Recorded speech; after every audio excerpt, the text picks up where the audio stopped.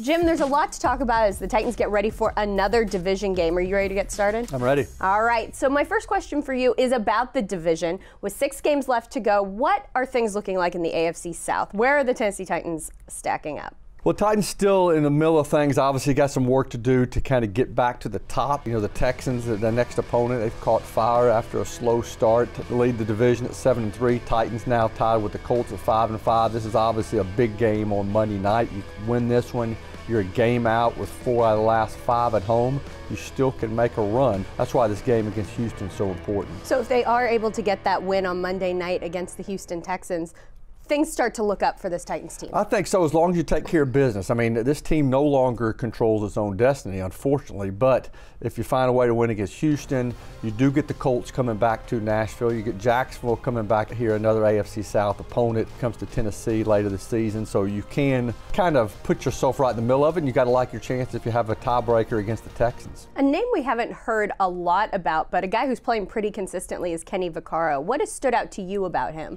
Just kind of he has continue to do what he did throughout his career with the Saints. You know, I've been impressed with his physicality. I've been impressed with his toughness, his ability to kind of set a tone in some games. He's dealing with an elbow injury that he has worked his way through, played with a cast when he first came back from it.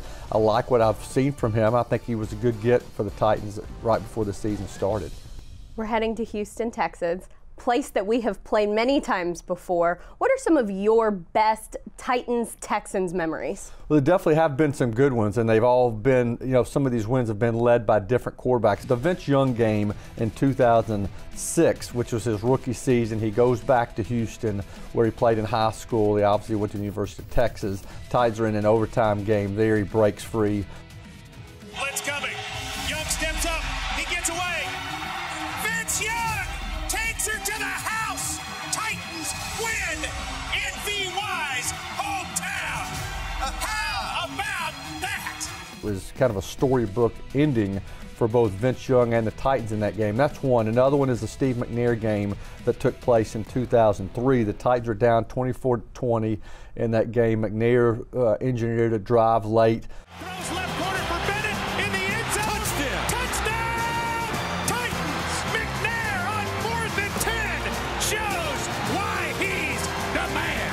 And Tennessee is heading to the playoffs for the 4th time in 5 years.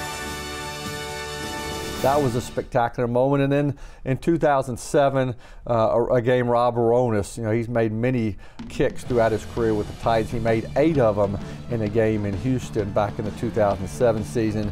Kerry Collins led that game. The Titans were on the verge of blowing. I think the Texans scored 29 points in the 4th quarter of that game. Titans got the ball back with 57 seconds left. He connected with Roydale Williams. Kerry Collins did to put the Titans in position for Bironas' 8th kick of the day, and it was a crazy game.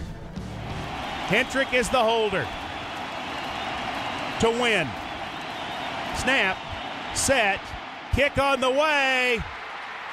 Good! Comeback foiled. Titans 4-2.